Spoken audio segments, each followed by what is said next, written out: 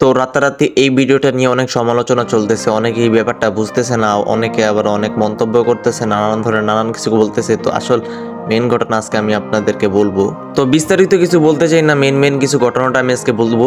তো ভাইয়াটা বলতে চাইছিল যে এই যে সপ্তম শ্রেণীর যে বইটা আছিল শরীফা নিয়ে গল্পটা, তো এটার বিরুদ্ধে ভাইয়াটা কিছু কথা বলছিল যে না এটা তৃতীয় লিঙ্গ নিয়ে ঘটনাটা ঘটছে। তো এটা বুঝাইতে চাইছিল যে যারা তৃতীয় লিঙ্গ আছে, যাদেরকে আমরা হিজড়া বলি এক কথায়, তো তারা যেহেতু আমাদের মতন স্বাধীনতা পায়, তারা যেহেতু আমাদের সাথে সবকিছু করতে পারে, সাধারণভাবে জীবনযাপন করতে পারে, এই ঘটনাটা আর কি বুঝাইছিল এই বইটার ভিতরে, যে তৃতীয় লিঙ্গদের তাদেরকে কোনো জায়গায় সম্মান দেওয়া হয় না, সবসময় বিচ্ছেদ হয়, তারপর তাদেরকে কেউ মানুষ মনে করে না, তাদের সাথে কেউ মিশতে চায় না, ফ্যামিলি আত্মীয় স্বজন যাই বলুক, তারা আর কি অন্য জগতের একজন মানুষ।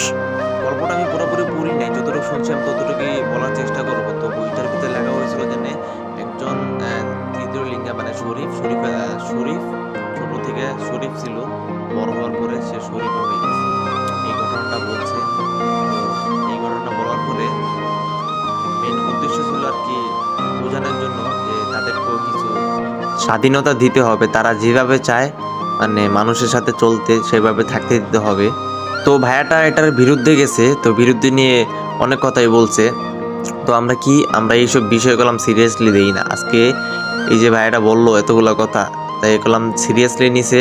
সে সিরিয়াসলি নিয়ে আজকে সবাইকে সব কিছু নিয়ে বোঝানোর চেষ্টা করছে, তারপরে আজকে মানুষ বুঝতেছে। এখনও অনেক মানুষ আছে যারা বুঝতেছে না, মানে তাদের ইচ্ছা তারা যেভাবে থাকার থাকবে, আমাদের কি।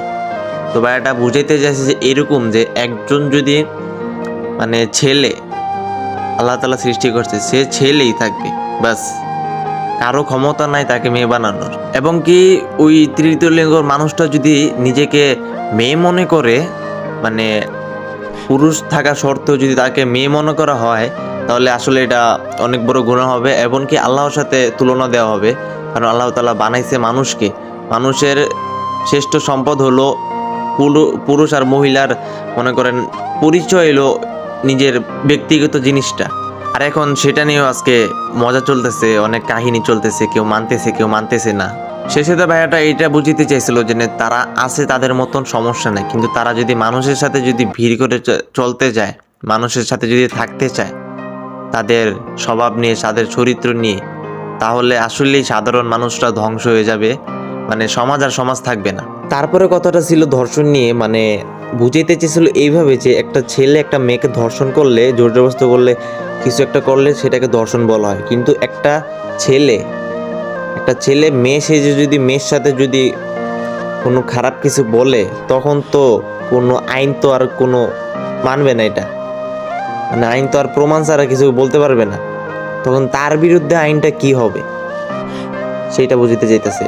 আসলে এইসব বিষয়গুলো অনেক সিরিয়াসলি নেওয়া দরকার, কারণ আমাদের সমাজে এগুলো অনেক বেশি ছড়াইতেছে আস্তে আস্তে। তো আমাদের ছোট ছোট ভাই বোন আছে, বাচ্চা কাচ্চা আছে, সবাই দেখতেছেন, পড়াশোনা আছে বা সবার সাথে চলাফেরা আছে, তো কার সাথে কি চলতেছে না, কার সাথে কি মিশতেছে সেটা আমরা জানি না, সেটা যার ব্যক্তিগত ব্যাপার।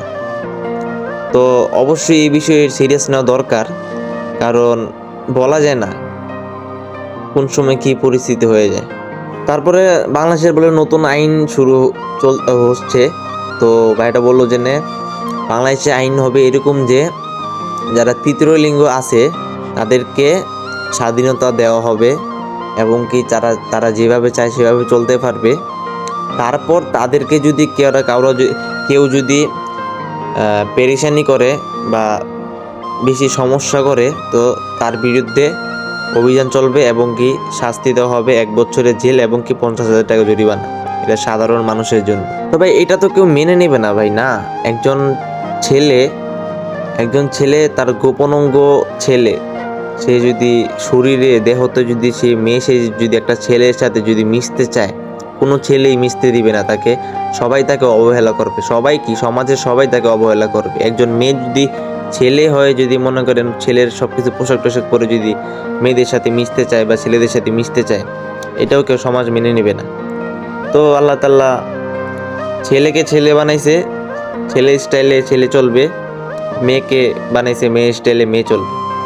প্লাস সমাজের মানে সমাজের আইন বাদ দিলাম, আল্লাহ তাআলা যে বিধান দিয়ে বানাইছে এই বিধানটাও মনে করেন কেউ মানতেছে না।